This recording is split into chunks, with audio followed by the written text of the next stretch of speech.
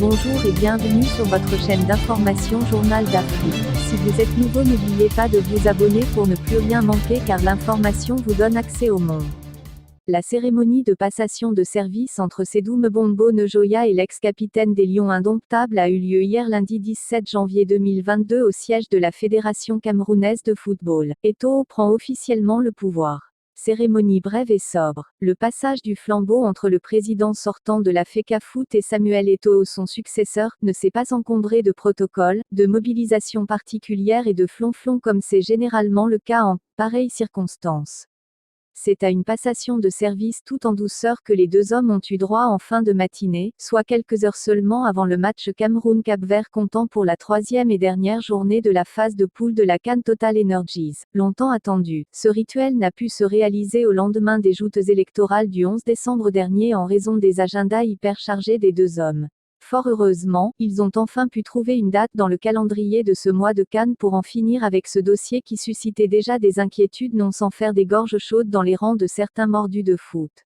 Pas de place aux longs discours. Juste quelques déclarations et des mots d'encouragement de part et d'autre. Le président sortant qui va souhaiter bonne chance à l'équipe entrante, tout en exhortant le personnel à travailler d'arrache-pied afin d'accompagner la politique de la team Samuel Eto'o. Le meilleur buteur de l'histoire des Lions indomptables, après avoir remercié son prédécesseur, a réitéré son vœu de voir un nouveau départ pour le football dans un esprit d'apaisement. Recommandant au personnel, ardeur et assiduité au travail. Avec pour slogan, redonner au football camerounais sa grandeur. L'ex-buteur du FC Barcelone croit dur comme fer que, il est temps de lancer le chantier de la reconstruction de notre football. Nous ne pouvons plus différer la modernisation de notre sport roi car le reste du monde ne nous attend pas, il avance sans nous, proclamait-il dans sa profession de foi, à l'orée de l'annonce de sa candidature à la tête de l'instance fêtière du football camerounais. Projet futuriste et novateur, cette réforme, soutenait le joueur formé à la Kadji Sport Academy, devrait également moderniser notre fédération en y instaurant les bonnes pratiques de gouvernance.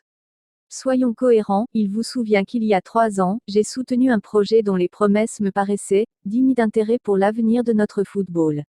À l'heure du bilan, je n'ai pas de regrets même si les fruits n'ont pas tenu la promesse des fleurs, confie-t-il.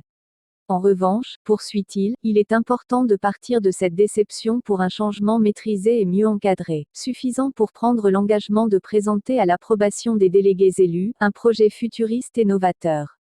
Comme munition, Samuel Eto'o se dit animé par la conviction que ceux qui ont les moyens et les outils susceptibles de développer notre football doivent quitter l'ombre et la casquette de faiseurs de roi pour devenir les acteurs de son développement. Le chantier, reconnaît l'ex-buteur de Chelsea, est vaste. La cérémonie s'est déroulée en présence de certains membres du comité exécutif, notamment Céline Eko, Arthur Djampayer et Roger Nyassa, du secrétaire général, Benjamin Didier Banlock, et de l'ensemble du personnel, y compris les personnes nouvelles promues, notamment Apiso Ofangem Franck Hilaire, directeur du développement du football, Maboang Kesak Emmanuel, chargé de mission, Junang Blaise, chef du département des affaires juridiques et Jean-Luc Pierre Camille, directeur de cabinet du président. Que le travail commence.